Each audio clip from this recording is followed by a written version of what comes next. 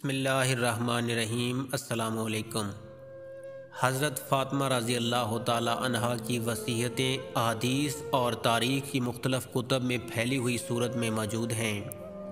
امیر المومنین حضرت علی رضی اللہ تعالی عنہ، جن کا نام حضرت فاطمہ کی وصیتوں میں کثرت سے ملتا ہے، ان کے علاوہ 3 خواتین یعنی ام ایمن، اسماء اور ابو رافع کی زوجہ سلمہ کا نام بھی دیکھا جا سکتا ہے۔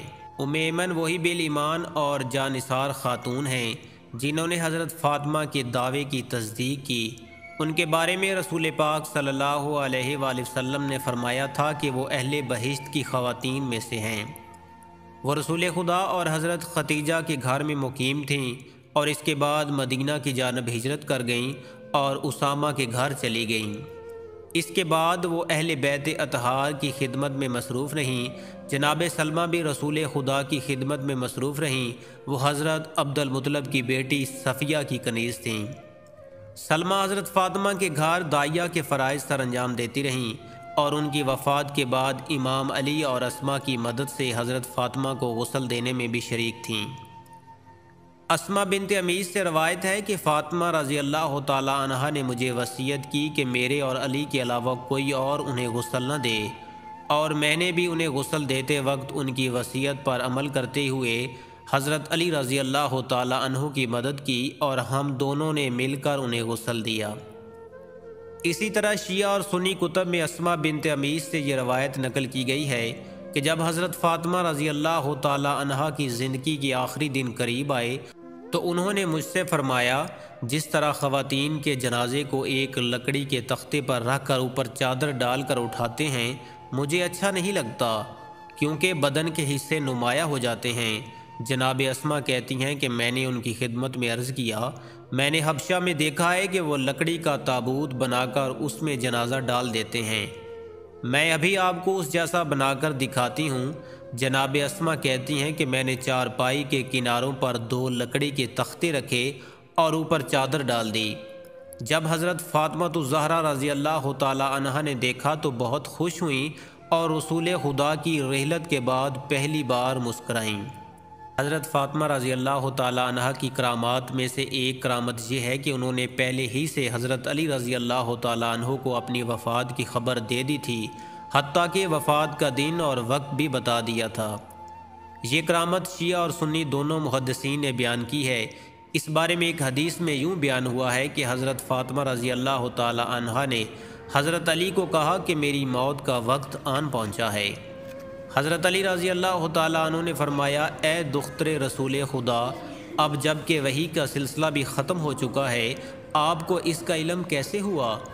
حضرت فاطمہ رضی اللہ تعالی عنہا نے جواب دیا، مجھے ابھی نیند کا ایک جھونکا آیا تھا اور خواب میں رسول خدا کو دیکھا جو مجھ سے فرما رہے تھے کہ آج رات تم ہمارے پاس آ جاؤ گی۔ میں جانتی ہوں کہ انہوں نے سچ کہا ہے اور آج میری زندگی کا آخری دن ہے۔ ایک اور حدیث میں آیا ہے کہ اس کے بعد حضرت فاطمہ رضی اللہ تعالی عنہا نے حضرت علی رضی اللہ تعالی عنہ کو مخاطب ہو کر فرمایا، میرے دل میں کچھ باتیں ہیں جو میں آپ کو وصیت کے طور پر کہنا چاہتی ہوں۔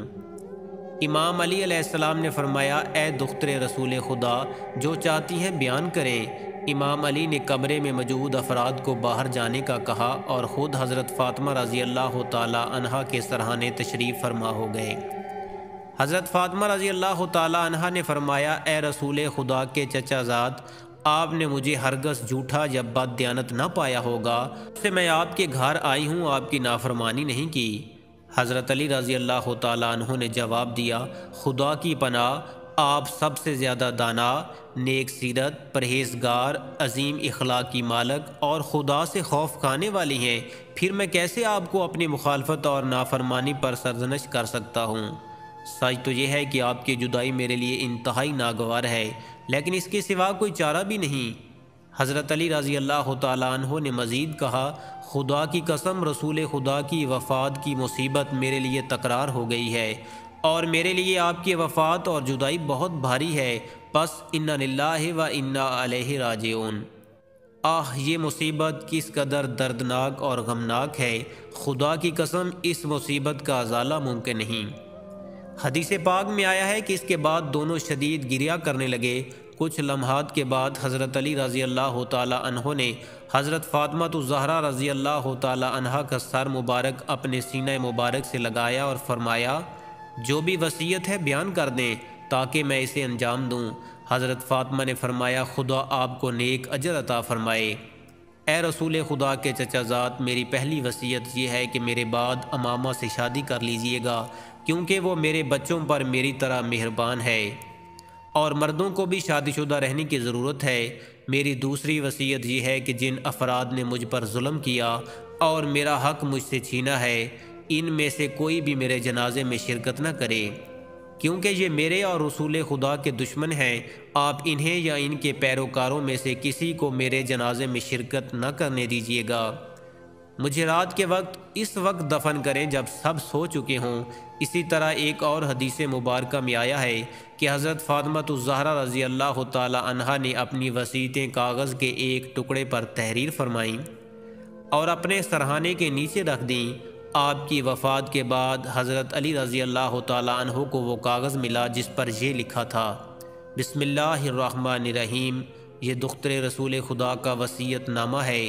میں نے ایسی حالت میں یہ وصیت نامہ لکھا ہے جب یہ گواہی دے رہی ہوں کہ خدائے یکتا کے علاوہ کوئی معبود نہیں، اور محمد صلی اللہ علیہ وآلہ وسلم خدا کے بندے اور رسول ہیں، اور گواہی دیتی ہوں کہ بہشت حق ہے اور جہنم حق ہے، اور قیامت ضرور برپا ہوگی، اس میں کسی قسم کا کوئی شک و شبہ نہیں، اور گواہی دیتی ہوں کہ خداوند تمام قبروں والوں کو مبعوث فرمائے گا۔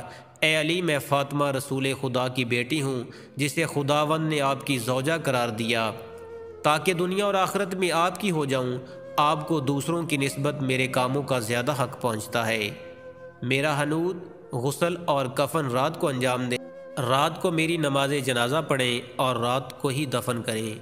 کسی کو میری وفات کی اطلاع مت دیں، آپ کو خدا کے حوالے کرتی ہوں، اور قیامت تک آنے والے اپنے بیٹوں اور بیٹیوں کو سلام کہتی ہوں۔